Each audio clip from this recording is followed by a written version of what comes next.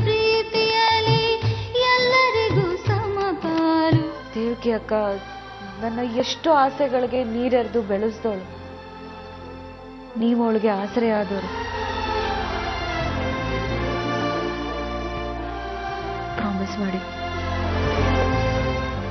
ಮತ್ತೆ ಇನ್ಯಾವತ್ತೂ ತಪ್ಪು ಲೆಕ್ಕಾಚಾರದಲ್ಲಿ ಹೆಜ್ಜೆ ಹಾಕೋದಿಲ್ಲ ಅಂತ. ಆದ್ರೆ ನಿಮ್ಗವಳಿಂದ ನೋವಾಗ್ದಿರೋ ಹಾಗೆ ನೋಡ್ಕೊಳ್ಳೋ ಜವಾಬ್ದಾರಿನ ಈ ಮನೆಯವ್ರ ಪರವಾಗಿ ಈ ಸುಮತಿ ಭರವಸೆ ಕೊಡ್ತಾಳೆ.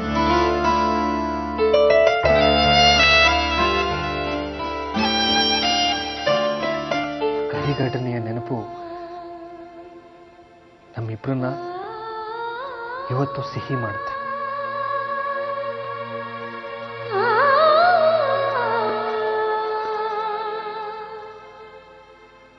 ಅದು ನಿನ್ನಂಥವರಿಂದಾಗಿ.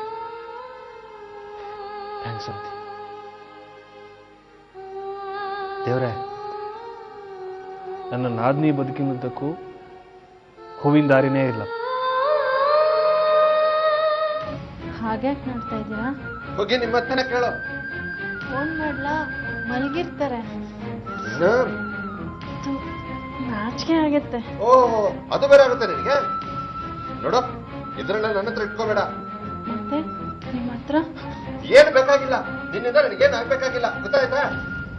ಮತ್ತೆ ಇಷ್ಟೊತ್ತಿಗೆ ನನ್ನ ರೂಮಿಗೆ. ಹೇ, ಇದು ನನ್ನ ಮನೆ, ನನ್ನ ರೂಮು. ಇದು ನಿನ್ ಮನೆನೂ ಅಲ್ಲ, ನಿನ್ ರೂಮು ಅಲ್ಲ. ಮತ್ತೆ ಅತ್ತೆ, ಆ ಮನೇಲಿರೋದೆಲ್ಲ ನಿಂದೆ ಅಂದ್ರು. ಅದನ್ನ ಹೋಗಿ ಅವ್ರನ್ನ ಕೇಳೋ.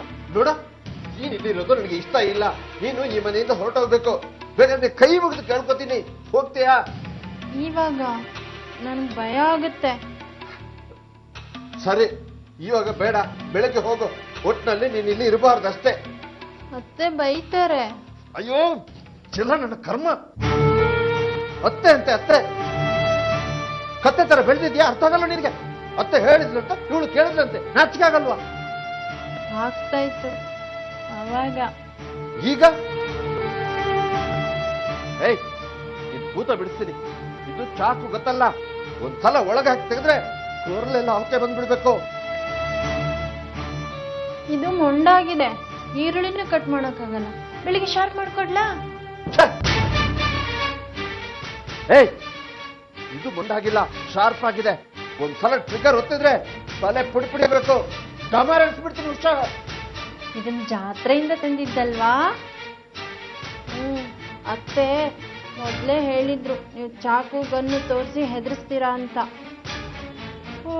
ನಾನು ಹೆದರ್ಕೊಳ್ಳಲ್ಲ, ನನಗೆ ನಿದ್ದೆ ಬರ್ತಾ ಇದೆ.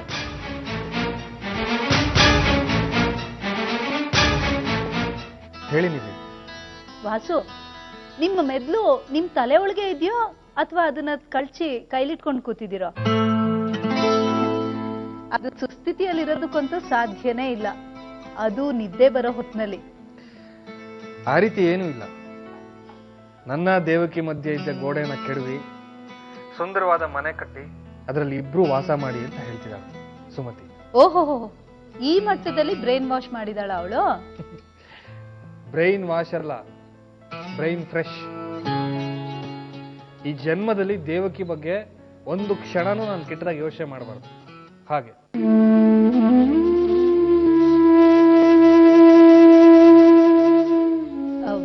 ವಾಸು, ಅಣ್ಣನು ನಿಮ್ ಜೊತೆ ಇದ್ದಾನಾ?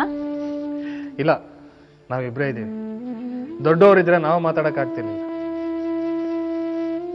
ನಮ್ಮ ಮನಸ್ಸಿಗೆ ತಕ್ಕಂತೆ ನಮ್ಮ ಭಾವನೆಗಳು ಮಾತುಗಳಾದವು.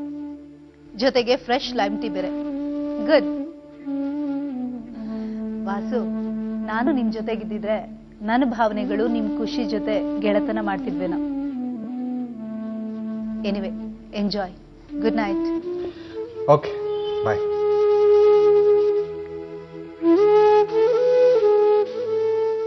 ಸುಮತಿ, ನಿನಗೆ ಇನ್ನೊಂದ್ಸಲ ಥ್ಯಾಂಕ್ಸ್. ಈಗ ನೀನು ಹೋಗಿ ಮಲ್ಕೋ. ನಾನು ಸ್ವಲ್ಪ ಹೊತ್ತು ಇಲ್ಲೇ ಇದ್ದು ಆಮೇಲೆ ಮಲಗ್ತೀನಿ.